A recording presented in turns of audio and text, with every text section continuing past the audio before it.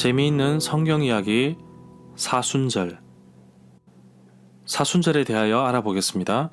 사순절은 성경에 나오는 절기가 아닙니다.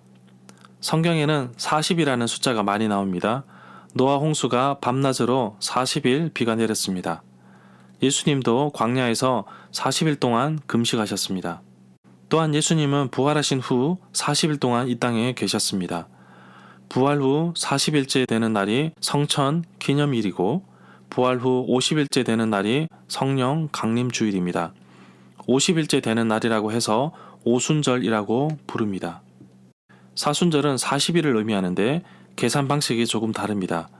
사순절은 예수님의 고난, 순환을 묵상하는 기간으로 부활주일을 기준으로 40일 전을 의미합니다. 그런데 주일을 뺀 40일입니다.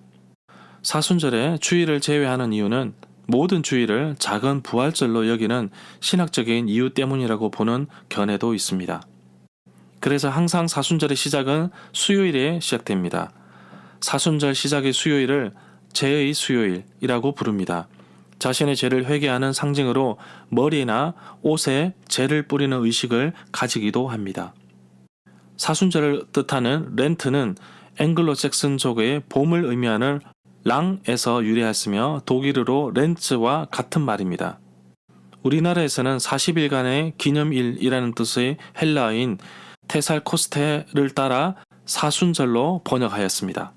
사순절은 신앙의 성장과 참회를 통한 영적 준비의 시기이며 교회력 중에서 주님의 순환과 죽음에 초점을 맞추는 때입니다.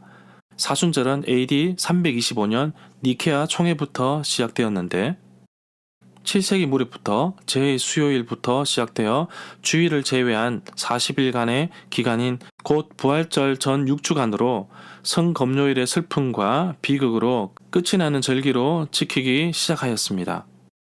올해 2021년 사순절은 지난 2월 17일 수요일부터 시작되었습니다. 사순절은 언제나 수요일부터 시작되는데 이 수요일을 제 수요일, 참회의 수요일, 속죄일이라고 부릅니다.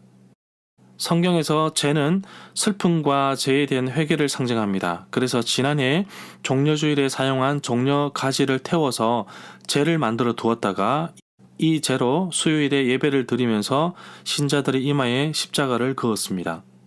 제 수요일부터 부활하신 주님을 만나는 부활주일 전까지 40일간 참회를 합니다. 사순절은 예수님과 함께 고난과 죽음을 향해 가는 순례의 기간입니다.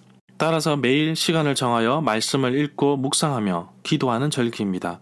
특히 초대교회부터 행해진 금식기도는 예수 그리스도의 고난과 구속 사역을 기리고 하늘나라의 백성됨을 감사하며 그 백성된 자로서 삶의 자세를 돌아보게 하였습니다.